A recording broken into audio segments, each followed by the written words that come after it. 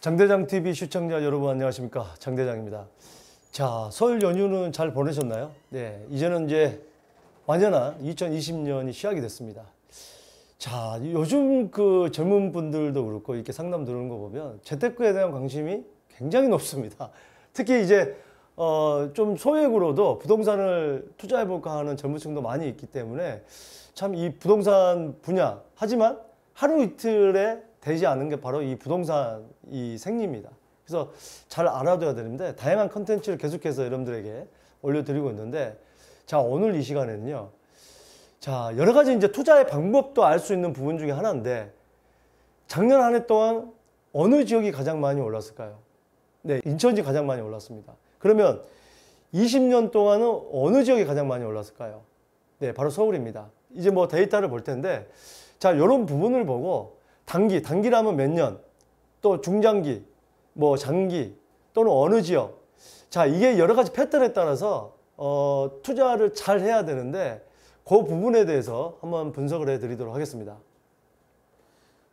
이 서울 안에서도 강남이 오르기 시작하고, 최근에 보면 강남에서도 재건축이 먼저 움직이기 시작하고, 그러니까 이 목동 재건축, 뭐 또 가격대가 낮은 이런 상계동이나 이런 노원구 쪽에 바로 재건축, 이 큰 틀에서 재건축이 움직이고, 그다음 재개발 움직이고, 뭐 강남을 비롯해서 계속해서 풍선 효과로 뭐 밑에 지역 판교, 분당, 용인 점점 그 라인을 타고 내려가서 경기 남부, 충청권 뭐 이렇게 하다 보니까 뭐 경상도 뭐 전국이 불타기 시작했죠. 최근에 몇 년 동안. 자, 그 타이밍을 보면은 소액을 많이 투자해서 뭐 오산이라든지 안산이라든지 이런 지역에 투자를 한 지역도 있고, 인천 같은 경우는 10년 동안 오르지 않는 아파트들이 오른 지역도 많습니다. 자, 이렇게 볼 때 그러면 우리는 어쨌든 간에 단기간에 많은 투자 수익을 올리기를 누구나 원합니다. 하지만 지금은 어떻습니까? 이렇게 많이 오르다 보니까 정부에서 계속해서 사도 올라도 바로 시세 차익을 보기 어려울 바로 이 양도세 중과라는 걸 만들었고요. 두 채 이상부터는 20%, 규제 지역에 세 채 이상부터는 30%를 중과를 시킵니다. 일반 과세. 거기에다가 이 분양권 거래를 많이 하다 보니까 분양권은 1년 미만은 70%, 입주 때까지는 60%를 묶습니다. 자, 이 단기도 마찬가지고요. 단기도 70%, 2년 미만은 60%, 분양권은 입주 때까지 60%. 지금 무슨 얘기냐? 지금은 단기로 어떤 투자 수익을 올리기는 쉽지 않은 상황이란 말이죠. 이 법이 바뀌기 전까지는 괜찮았습니다만, 그러면 지금도 단기 투자를 하고 있는 사람들 어떤 사람들이냐? 제가 방송에서도 몇 번 말씀을 드렸지만 바로 이 법인들. 야, 이 법인들이 활기를 쳤었죠. 예, 법인이라는 게 제가 몇 번 말씀드렸습니다만, 뭐 돈이 아주 많은 부분도 있겠지만 그래서 법인이 아니고, 개인이 세금의 절세를 활용하기 위해서 법인 사업자를 만드는 게 법인이지 별거 없습니다. 그동안은 법인은 어떻습니까? 예, 바로 종부세가 6억이 공제되던 거는 이제는 공제가 없어졌죠. 취득세를 중과시킵니다. 12%. 지방세까지 하면 13.2%. 자, 그런데 그러면 법인이 왜 지금도 투자를 하느냐? 바로 종부세에 걸리지 않는 선, 매월 6월 1일이 지난 다음에 사서 그 다음에 바로 이 종부세 내는 기준, 재산세 내는 기준이 6월 1일 되기 전에 단타로 파는 거죠. 그러면 이 법인은 바로 이 법인세율은 10에서 20%거든요. 아주 높아봐야 25%인데 거기에다가 주택에 대한 중과가 10%를 갖다가 이제 20%로 바꿨죠. 그래도 최고 높은 세율이 40에서 45%이기 때문에 개인보다는 양도세가 저렴합니다. 종부세는 피해가면 되는 거고, 그래서 법인들이 단타로 높은 취득세를 내더라도 단타로 아직까지 바로 매수를 하고 빠지는.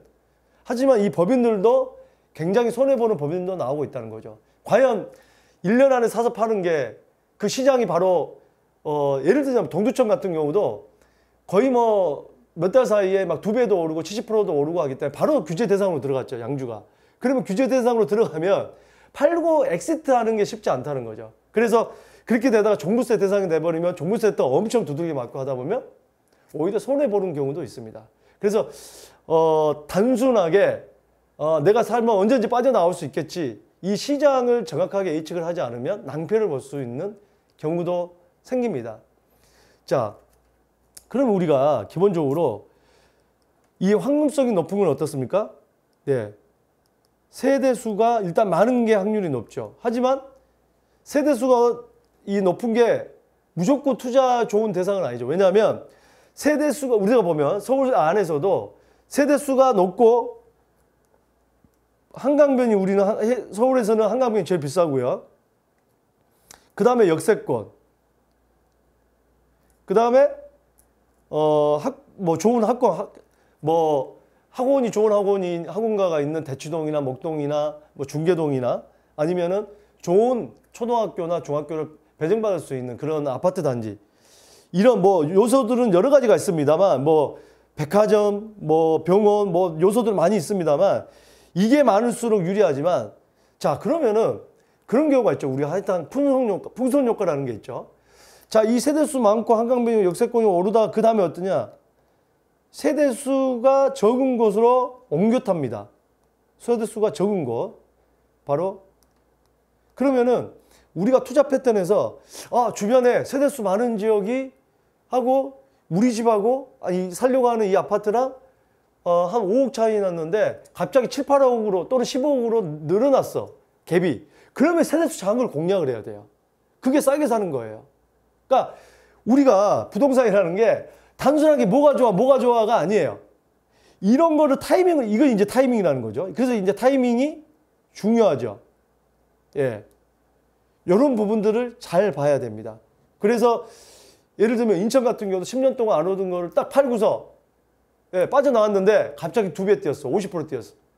잠 못 잡니다. 그러면 딱 10년 동안 오르지 않았지만 지금은 이런 풍선 효과로 해서 여기까지 불탈 수 있겠다 그러면 미리 들어가야죠. 오르기 전에. 그리고 들어오면 뭐 그거를 비과세 받는 조건으로 2년을 기다리던 여러 가지 상황을 살펴봐야 됩니다. 투자가 이렇게 단순한 것만 아니죠. 이런 부분들을 종합적으로 볼 수 있어야 되는데, 자, 오늘 이 어떤 통계 자료를 하나를 보면요. 이런 자료가 있습니다. 최근 1년에는 인천이 35% 가까이 올랐습니다. 어마어마하게 오른 거죠. 네. 하지만 조금 전에 말씀을 드렸지만, 과연 매수를 한 다음에 1년 안에 매도를 한다. 법인 같은 경우. 그러면은, 이 통계만 가지고 보면, 종부세를 피하는 시점에 사서 6월 1일 전에 매도하고 나오면 35%가 올랐다. 오른 거에 대한 세금에 대해서 40에 45% 단기로 낸다. 취득세 10%까지. 이익이 될 수도 있겠죠. 이런 경우는. 법인가 또 여러 채 사가지고 종부세 안 내는 시점에 다 팔고 나와버리면. 하지만 과연 엑시스트 할 수가 있느냐 없느냐. 이건 평균이기 때문에 어떤 지역은 어떤 단지는 50%, 60%, 70% 오른 단지도 있고 10%, 20% 오른 단지도 있기 때문에 그 안에서도 여러 가지 교통 호재라든지 개발 호재라든지 모든 걸 분석해서 들어가야 되는 분석이 필요한 거죠. 자, 최근 5년에는 세종시가 112%가 올랐습니다. 자, 이 세종시 호재는 여러분들께도 가장 잘 아실 것이고, 최근 10년도 세종시입니다. 167%. 그런데 최근 15년을 보면 부산이 191%로 가장 높습니다. 네. 자, 세종시는 우리가 다 아는 이 공공기관을 대거 이전하는, 행정기관을 대거 이전하는 그런 정책, 또 정치권에서 충청권의 표를 따기 위해서 지금도 마찬가지죠. 여야 후보 할 것도 없이 충청권에 누구는 국회의사당이나 이걸 다 옮기겠다. 어떤 후보는 청와대 집무실까지 뭐 옮기겠다. 뭐 이런 얘기까지 나오는데, 이런 어떤 정치적인 이슈 때, 그래서 부동산이라는 거는 정치적인 이슈도 항상 같이 살펴볼 필요가 있다. 정치랑 부동산은 연관이 돼 있다, 항상. 제가 그 말씀을 드린 거고요. 부산은 어땠습니까? 네. 부산은 조정 많이 올랐죠. 서울이 오르니까, 강남이 막 오르니까 부산 해운대나 수영구에 막 투자하는 거예요. 예. 강남이 오르는데, 부산은 제2의 도시인데, 그리고 세컨하우스 뭐 이런 걸 좀 가지고 있으면 좋을 도시죠. 해운대에서 좀 우리 해운대 뱃사장을 달리면서 이어폰 끼고 뭐 이어폰 대신에 보청기 끼는 분도 있으시겠지만 해가지고 뛰고 막 그리고 나서 계속해서 불이 붙었는데 그러다 보니까 최근 15년을 보니까 제일 높은 지역 상승이 제일 높은 지역이 됐어요. 자, 근데 서울이 최근 20년 동안 또 419%로 압도적으로 높습니다. 그럼 무슨 얘기냐?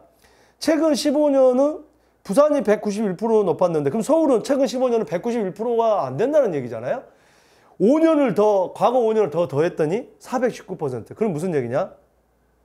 이게 제가 한번 방송에서도 올려드렸습니다만 2008년 금융위기에 서울 수도권을 비롯해서 많은 지역은 떨어졌지만 부산이라든지 이런 지역들은 뭐 대구라든지 이런 지역들은 안 떨어지고 오히려 올랐다. 그 이유는 바로 금융위기 터지기 전에 서울 수도권은 엄청나게 올랐죠. 부산이나 이런 대구나 이런 지역들 안 올랐어요. 그 영상을 보세요. 그래서 이게 20년을 보면 압도적으로 서울이 높다는 것은 그 5년 동안 엄청나게 더 과거 5년 동안 15년에서 20년 사이에 엄청나게 올랐다는 얘기입니다. 그래서 이런 타이밍들을 보면 100% 예측하기는 힘들겠지만 자, 어떤 지역이 많이 올랐고 이거는 앞으로 전반적으로 더 상승할 여력이 보인다. 그러면은 도로 올랐던 지역, 이 지역까지도 오겠다. 규제적인 게 이제 오겠다. 이렇게 분석을 할 수가 있는 거예요. 하지만 지금은 세법, 부동산 투자 성공하려면 해서 우리가 정책을 알아야 된다는 걸 제가 1편으로 먼저 보내드렸지만 이제 차츰 제가 부동산 투자 성공하려면 어떤 것들을 유의해서 봐야 되느냐 올려드리겠죠. 이 세법도 굉장히 중요합니다. 어떤 분들은 무조건 사서 많이 오를 적에 무조건 사라. 세법을 모르면 오히려 가지고 있다가 종부세 계속 두들겨 맞고 나중에 팔 때 양도세 중과내면 오히려 손해보는 경우도 나옵니다. 가격이 더 오르더라도. 세법을 잘 보고서 유리한 쪽을 선택을 해야 됩니다. 그래서 이 여러 가지 양도세가 중과되기 전에는 분양권으로 많은 분들이 수익을 많이 얻었습니다. 분양권 피를 얼마 주고 사서 좀 비싸게 팔고 그래도 한 50%를 뭐 내든 뭐 40%를 내도 그런 수익을 낼 수 있었기 때문에 하지만 지금은 1년 미만 70%, 60, 또 입주택가 60%. 예. 뭐 이런 부분.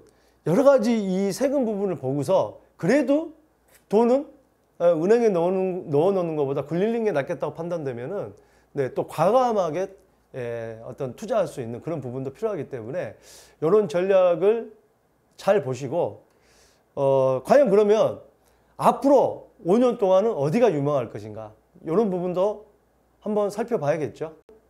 오늘 부동산 투자는 몇 년을 바라보고 투자를 해야 되냐. 이게 지역별, 뭐 개발 호재, 여러 가지 경제 상황 이 부분에 따라 다를 수 있다 라는 걸 다시 한번 말씀드리고 이런 부분들은 여러 가지가 종합돼서 분석을 할 필요가 있다 이런 말씀을 다시 한번 강조를 해드리겠습니다.